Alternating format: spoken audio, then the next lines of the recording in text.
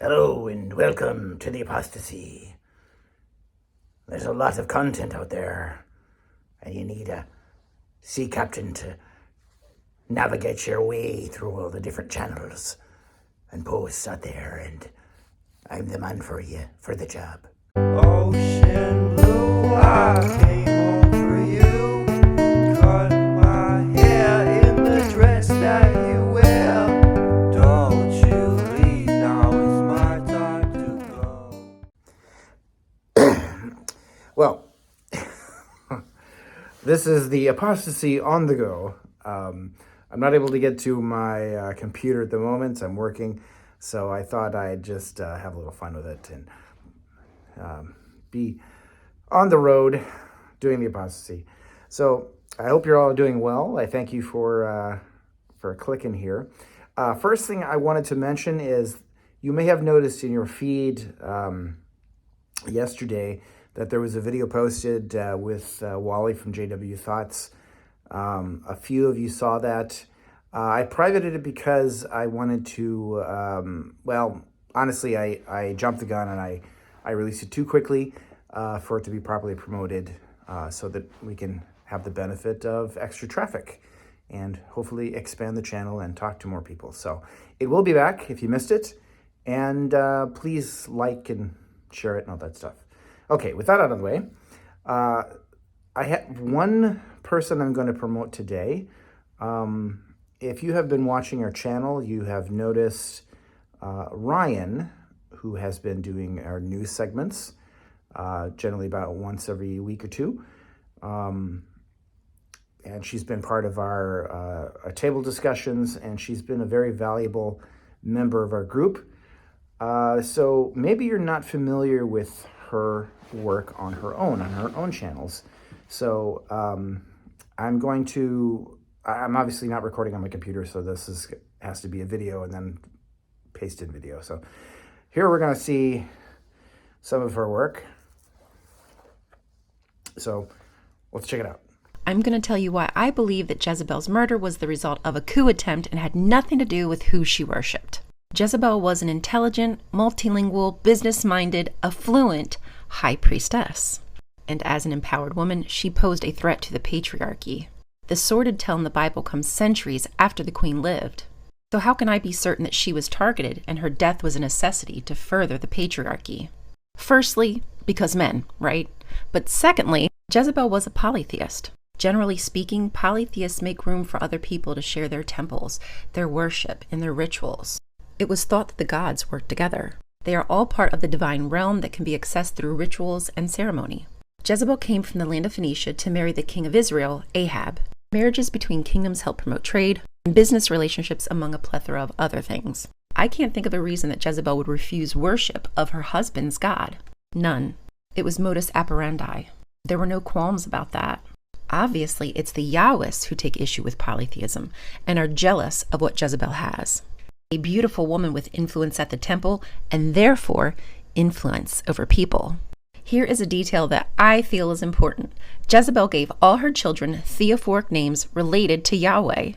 Athaliah, Yah is exalted. Ahaziah, Yah has grasped. Yehoram, Yah is high.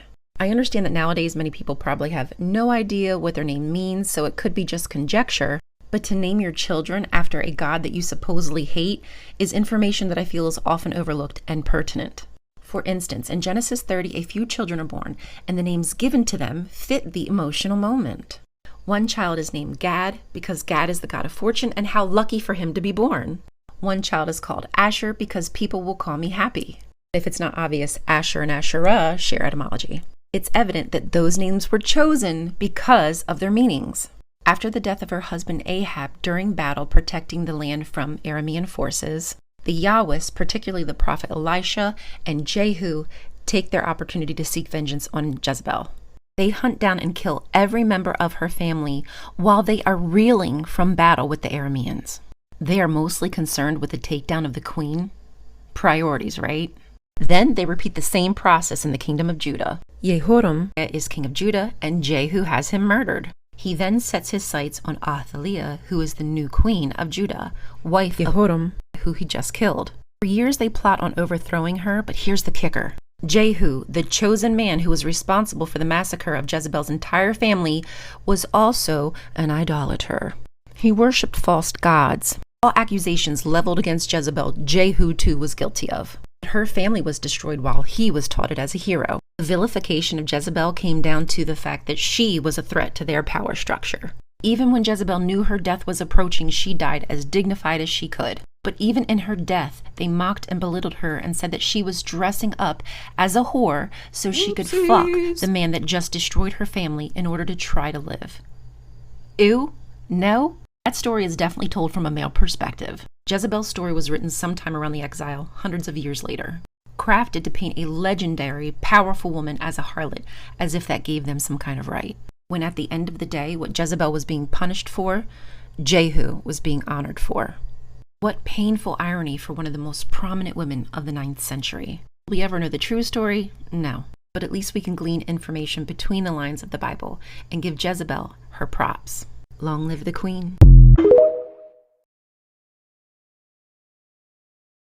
Now, the word Nephilim means giants or fallen ones, and they were a group of mysterious beings or people that... Hold on to your effing A, because you are not going to believe what I just figured out about the Nephilim mentioned in Genesis 6. Let's take a look. The sons of God saw the daughters of men that they were fair, and they took for themselves wives of all whom they choose. Notice here, the sons of God, Bnei Ha Elohim.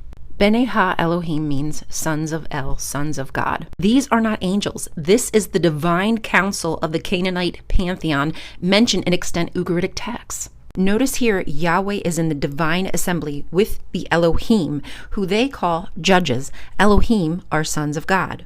Notice here in Psalms, Yahweh decrees, "You are Elohim, sons of God, sons of the Most High, all of you.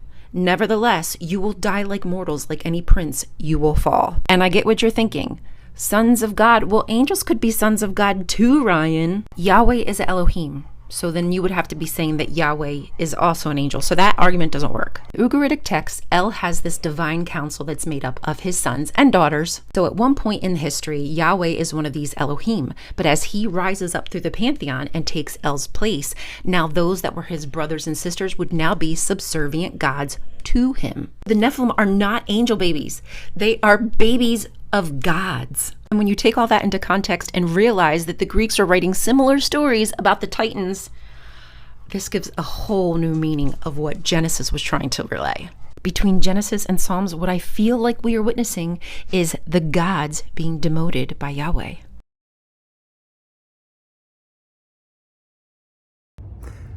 And of course, as I'm recording something, the HVAC system has to come on, and you get a little bit of that, sorry. I mean, I'm here on this island, so it's just the natural breeze on the ocean. Anyway, you can see that Rion, she has very good content. She started out on TikTok and covers a lot of things having to do with the history of the Canaanite pantheon. It's very interesting stuff if you're not familiar with it. Most everybody is familiar with the Greek pantheon and the what sort of, like, you know, Thor and that sort of thing, those pantheon of gods. But here we're talking about the Canaanites and all the history that goes with that. So it's very fascinating. So I hope that you will check it out if you have not already. She also has her own channel on YouTube, which is right here, which I'll have in the show notes, of course, where you can find her stuff there. She's gone by different names for various reasons. One of which is people trying to cancel her stuff. So leave her alone, she's good. She's quite funny, so I hope that you will enjoy her work and, you know, support her in that. That's it, just a little quick one. I know I've been a little late on these Aposta-Seas, but life has been rather busy, and, you know, being a sea captain keeps you busy. Anyway, thank you so much for watching, and I will catch you later. Have yourself a great day. Yeah.